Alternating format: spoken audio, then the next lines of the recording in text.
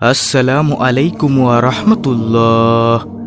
বিশ্বনবী সাল্লাল্লাহু আলাইহি ওয়াসাল্লাম নিজেই বলেছেন, রাতে ঘুমানোর আগে যদি কেউ আল্লাহ তাআলার দুইটি গুণবাচক নাম পড়ে ঘুমাতে যায়, তাহলে ঘুম থেকে উঠেই সে একটি সুসংবাদ পাবে। গায়েবী সাহায্য আল্লাহ তাআলার পক্ষ থেকে তার পরিবার সংসারে দেওয়া হবে। অত্যন্ত সহজ ছোট্ট আমলটি আজকের পর থেকেই আমরা প্রতিদিন রাতে ঘুমানোর আগে অবশ্যই পাঠ করে ঘুমাবো। এই নিয়মে বা এই উদ্দেশ্যে ইনশাআল্লাহ আমরা ভিডিওটি সম্পূর্ণ দেখার চেষ্টা করব।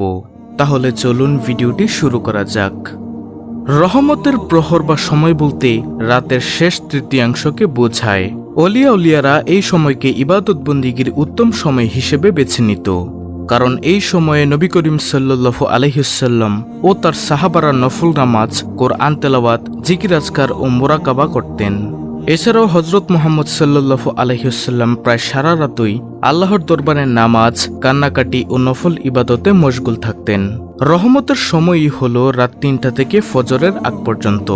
যদি সম্ভব হয় তাহলে এই সময়টিতে উঠে আপনারা এই আমলটি করবেন, কারণ এ সময় প্রকৃতি নীরব থাকে, পরিবার পরিজন্য থাকে ঘুমিয়ে, জাগতিক কোনো কাজকর্মেরও তাড়া থাকে না। আর রাতের তৃতীয়াংশের ইবাদতের কথা কোরআন ও হাদিসের বিভিন্ন স্থানে নির্দেশিত হয়েছে।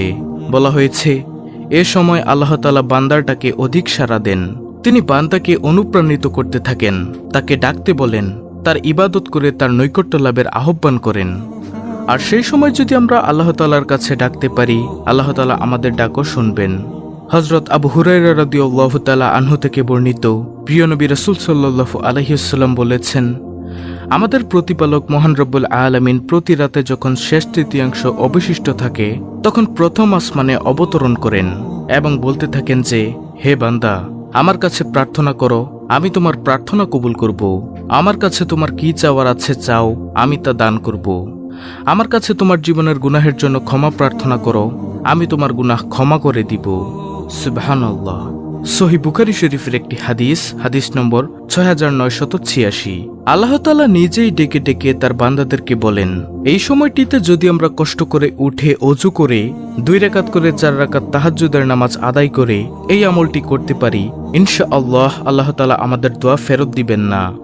আর যদি না পারেন সে সময় ওঠার জন্য, কষ্টকর মনে হয়, তাহলে আপনারা রাতে ঘুমাতে যাওয়ার আগে বা এশার নামাজের পরেও এই আমলটি করতে পারবেন ইনশাআল্লাহ।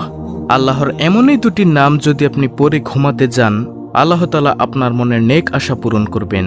তো প্রিয় দর্শক, আমরা জানি মহান আল্লাহ তাআলার 99টি পবিত্র গুণবাচক নাম আছে, আর আল্লাহ হলো তার জাতি নাম।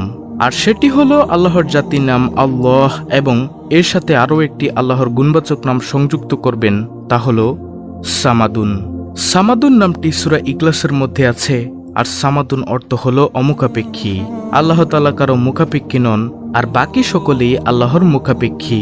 সুতরাং সামাদুন নামটি আল্লাহর নামের সাথে মিলিত করে একসঙ্গে পড়বেন, অর্থাৎ আল্লাহুস সামাদ, আল্লাহুস সামাদ, এইভাবে 101 বার পাঠ করবেন। হাদিসটি রয়েছে সুনানে আবু দাউদ, হাদিস নম্বর 1481। দর্শক, আমরা চেষ্টা করব যদি সম্ভব হয় তাহলে তাহাজ্জুদ নামাজের সময়, অর্থাৎ রাত 3টা থেকে ফজরের আগ পর্যন্ত সময়টিতে উঠে আমলটি করার জন্য।